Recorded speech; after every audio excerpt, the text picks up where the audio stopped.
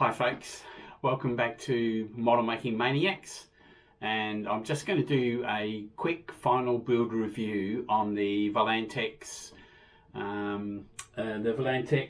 Saber 920, and I'll grab the plane and we can have a quick look at it in a second. Just bits and pieces. I'll get back here so you can see the plane.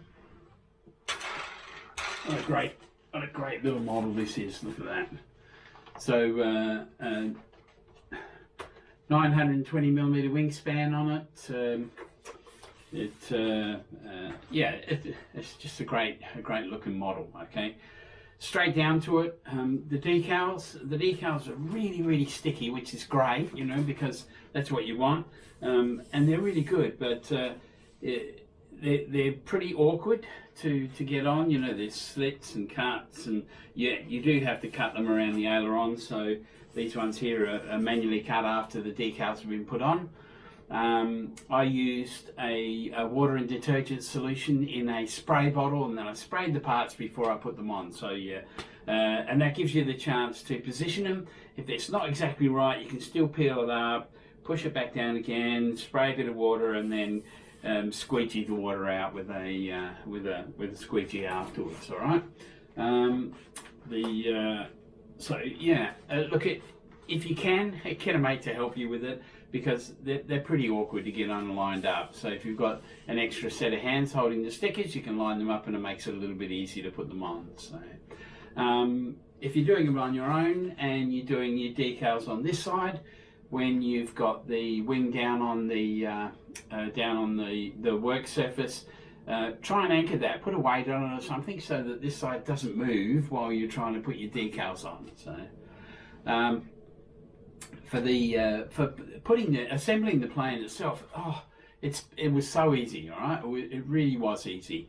The main wing section is keyed, and if you have a look here, you can see that there's some little bits on the wing itself. So the wing only slides in one way. I used CA glue along here and a couple of drops along the top, and then slid the wing into position. Make sure that you pull your aileron cables through the opening at the top before you slide your wing into position, to make sure they don't get caught. All right. The tail section, I did the same. That's been done with CA glue, and you can see that on the build video as well. So I did have some trouble with the hinges on the rudder. I put them in first up with Sino Accurate or CA glue. They didn't really stick well, and I couldn't get the rudder lined up, so I ended up pulling the hinges out and using 5-minute epoxy to put those in. So I used a little bit of hot glue to hold these wing struts, the wheel struts in place, and I used CA to put the covers on the wheels, and they're all held in place.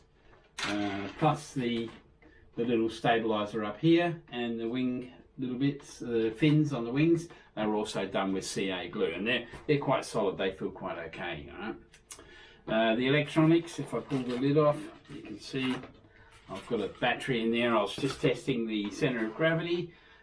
This one is a 22 milliamp hour 3S battery. That one actually fits in okay.